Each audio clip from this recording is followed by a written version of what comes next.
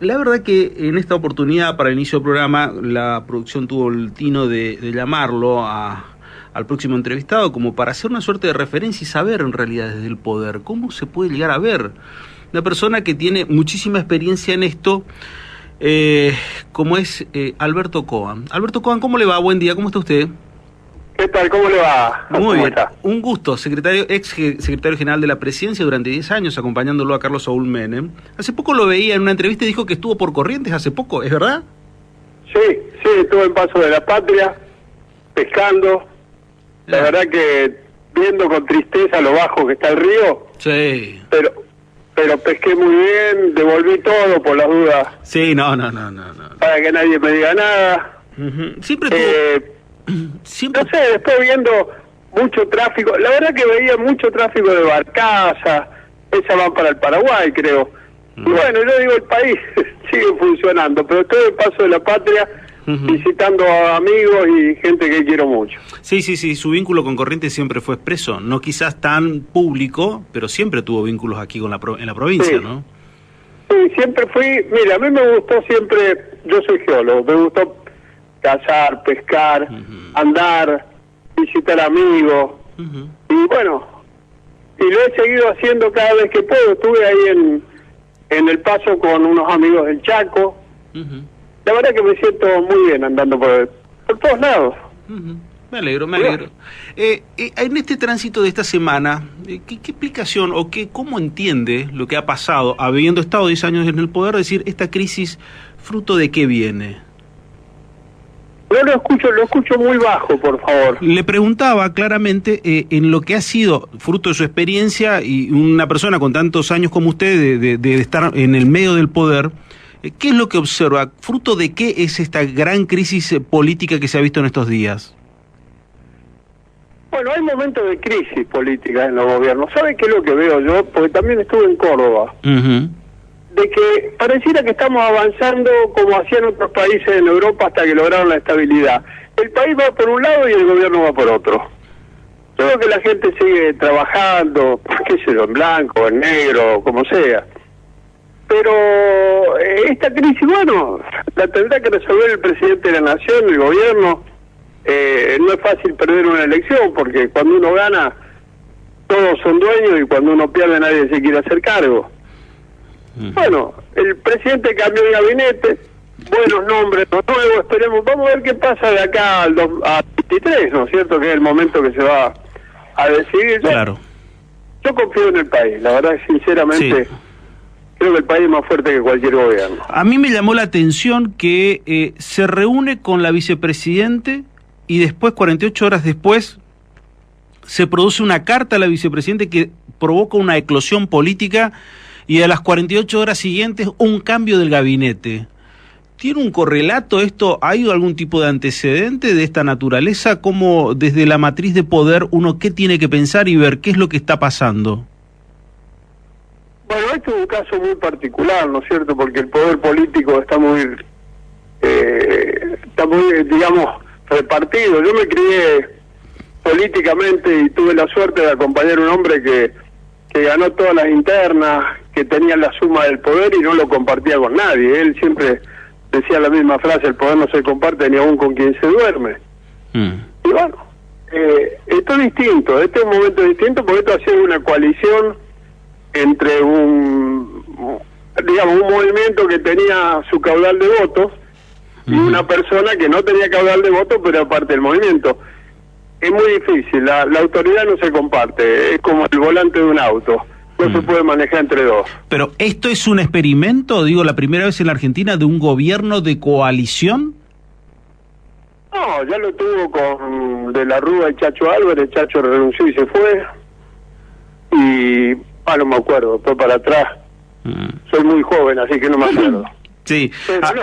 Sí. La verdad que yo no creo que los gobiernos de coalición funcionen, sinceramente. El gobierno, sobre todo en un sistema presidencialista como el nuestro, tiene que ser ejercido por el presidente de la Nación con el suficiente poder político. Claro. Pero bueno, esperemos que ande. A mí un detalle que me llamó la atención, que en lo sustancial de la carta de Cristina Fernández ha sido la cuestión económica marcada desde el inicio de las gestiones en estos 2 años, pero en el recambio del gabinete lo único que no se tocó fue la parte de la economía. Se tocó absolutamente todo, educación, se tocó jefatura de gabinete, relaciones exteriores, absolutamente todo, seguridad, todo se tocó, menos la economía, lo que en la sustancia habla de gran parte de la crisis la vicepresidenta de la Nación.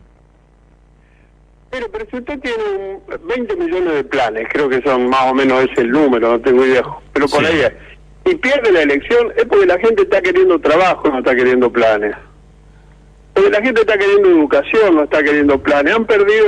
Este gobierno ha perdido las elecciones, incluso en la Villa 31 acá en Buenos Aires. No sé cómo anduvo en la periferia allá en Corrientes. Perdió. Pero la verdad que yo creo que, no sé, la economía tiene que seguir la decisión política. Yo no conocí nunca una empresa que, y esto lo digo con mucho respeto porque en mi familia hay muchos contadores, no conocí nunca una empresa que haga lo que dice el contador. Las empresas hacen lo que dice el dueño de la empresa. ¿Este recambio de gabinete pone fin a la crisis o cree que en realidad acá la economía la que va a poner fin a la crisis política después de lo que se conoció la semana pasada? Mire, la economía, ¿sabe qué pasa? Que yo le decía recién que el país va por un lado y el gobierno va por otro. Acá hay una economía negra muy grande. Sí. El país sigue funcionando en base a esa economía negra. Y bueno, qué sé yo, por eso que no tenemos servicio. Uno dice, muchos se quejan, pero yo me discuto mucho con amigos míos que se quejan porque no tenemos justicia, no tenemos seguridad, no tenemos educación. Y le digo, ¿cuántos impuestos pagás porque tú fuiste a vivir a Uruguay? A veces eso me molesta un poco. Y no me quiero ya pelear más porque estoy grande y no quiero pelear, pero la economía sigue funcionando en la Argentina. Lo ideal sería que fomentáramos con doble indemnización y prohibición de despido. ¿Alguien me puede explicar quién va a poner un peso acá? Entonces, yo digo, si hay posibilidad de poner industria, si hay posibilidad de poner cosas en un país poderoso como este, ¿por qué no fomentamos la erradicación de empresas y le damos trabajo a la gente en vez de repartir planes? Porque ¿saben por qué no han votado? La gente no ha votado en base a los planes, porque todo el mundo quiere progresar y sabe que con un plan no va a salir nunca de pobre. Le quería hacer solamente la última consulta que usted me explicaba sobre lo que es la dinámica empresarial y también me llevaba hacia el nivel de expectativa. Este es un momento, la verdad, particular, porque uno mira desde el lado del justicialismo cómo ha quedado, o desde el frente gobernante, con esta suerte de experiencia de haber perdido la elección de medio turno, con esta suerte, no digo de parlamentarismo, pero gobierno de coalición.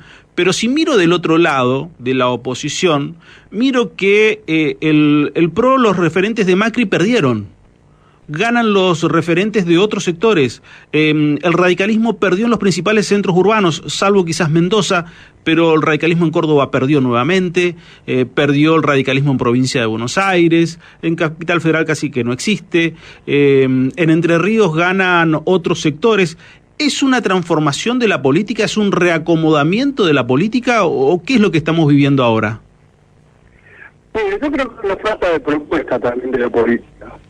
Porque yo hasta ahora no he escuchado propuestas, a mí personalmente, que me convenzan, ¿no es cierto? Uno ha estado, yo nunca leí una plataforma, sino que yo creía en el candidato y en lo que el candidato decía. Pero yo creo que no ha habido propuestas por parte de los políticos, entonces de repente gana un político que hace propuestas. Le guste a uno o no le guste, como Milei, por ejemplo. Y bueno, pero por lo menos hace una propuesta. Hay que achicar el Estado, hay que cambiar esto, menos político y más trabajo. Entonces la gente está siguiendo eso. Fíjese que Milei ganó incluso en la Villa 31 en Buenos Aires. Claro. Entonces, yo digo, ¿por qué no escuchamos propuestas? Yo no he escuchado por parte de los políticos que son candidatos propuestas. Uno se peleaba con otro, el otro decía que al peronismo le gusta salir de noche para no repetir la palabra. ¿Qué sé yo? Yo creo que hay un reacomodamiento, sí. Yo creo que el país en su gran mayoría es peronista, es justicialista, pero no cree en los justicialistas que a veces están conduciendo. Porque hay provincias que tienen otra orientación política. En el caso mismo de ustedes, correcte. Claro. Uno quiere saber qué va a pasar con la ganadería, con la agricultura, con esto, con lo otro. Bueno, eso es de lo que tienen que hablar los... Me parece, de lo que tendrían que hablar los políticos. Porque si no, ¿para qué los queremos? Sí. Alberto Coan, gracias por estos minutos, ha sido muy amable.